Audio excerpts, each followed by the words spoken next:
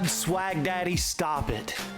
I hear those words in your minds as you watch this video. I understand that you see a man standing before you that has a drip that makes you think I might need to go to the health department. No, this is by design, ladies and gentlemen. I'm wearing my Pokemon hat that looks like somebody ate Pokemon cereal and vomited all over it. I'm wearing the Acid Wash Pikachu shirt because, as you might say, my wrist game is on fleek right now. It's unbelievable as I present to you the Pikachu C-Watch. Calling all Pokemon trainers. Pikachu, Pokemon number 25. Type Pikachu, I choose you! It's becoming Raichu! Now, as you all know, the C-Watch was an incredible invention of the late 90s when everything had to have some kind of terrible garbage technology attached to it.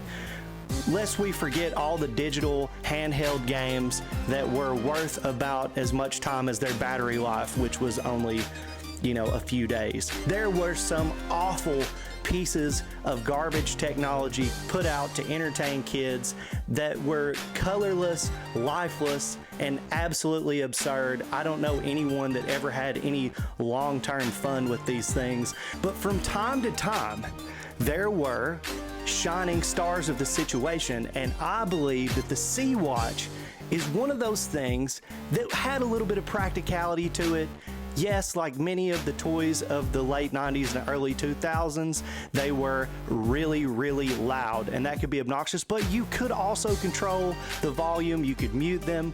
They were a lot of fun, and it felt like you had a little bit of an idea of things yet to come. This was in the middle of, after all, the boom of digital pets and things like that. You didn't really take care of these things. They just kind of told you what time it was and had some cool animations and some audio tracks that were really fun, but it wasn't like something that you had to depend on taking care of, which was a huge downfall of the digital pets. There's nothing worse than forgetting about it for a couple of days and seeing it dead laying in a pile of shit.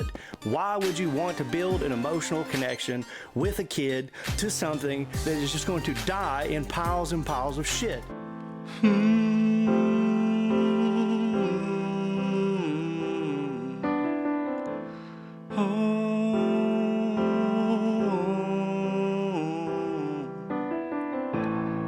I had no idea you would starve to death in piles of your own shit.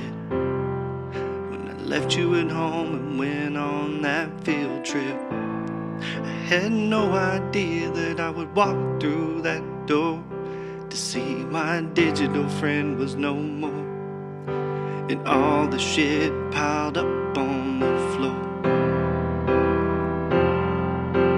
Piles and piles of that digital shit. How in the world could I forget them piles and piles of that digital shit? Then I press reset and swear to God I won't do it again. Piles and piles of that digital shit. All the shame and hurt I had to deal with. The piles and piles of that digital shit.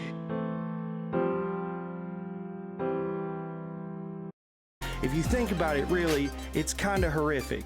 But this thing was carefree. You didn't have to give a shit about Pikachu. He was going to be laughing and smiling and hanging out on your wrist whether you fed him or not. Guess what? You can't even feed him because he's just a little animation on your watch. So there was no responsibility whatsoever.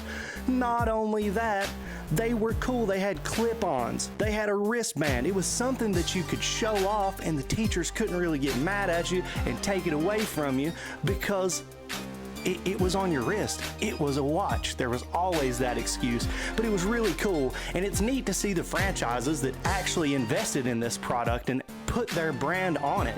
You had Pokemon, WCW, you had the Powerpuff Girls, South Park, Really cool stuff. I believe there was even a Britney Spears one.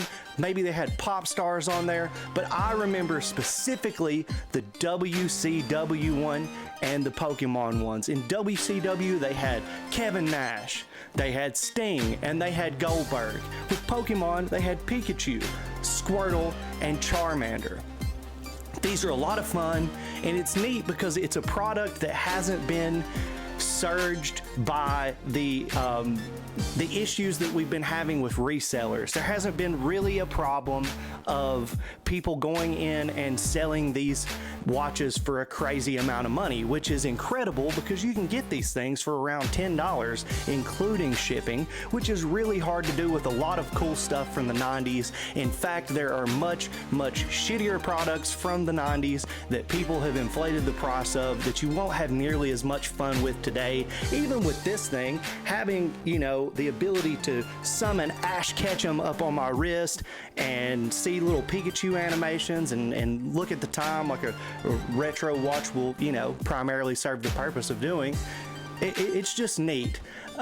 So yeah, there you go. Don't forget about the C-Watch. What a cool piece of retro gold, and I'm glad that I get to bring that up to you guys and talk to you about it. I can't wait to see what you guys have to say in the comment section. I really appreciate all the support for the channel. I just want to give a shout out to Mysterious Midnight and Case Investigations because those two primarily sponsored this video. So a big shout out to you guys, and I hope to see you in the next one.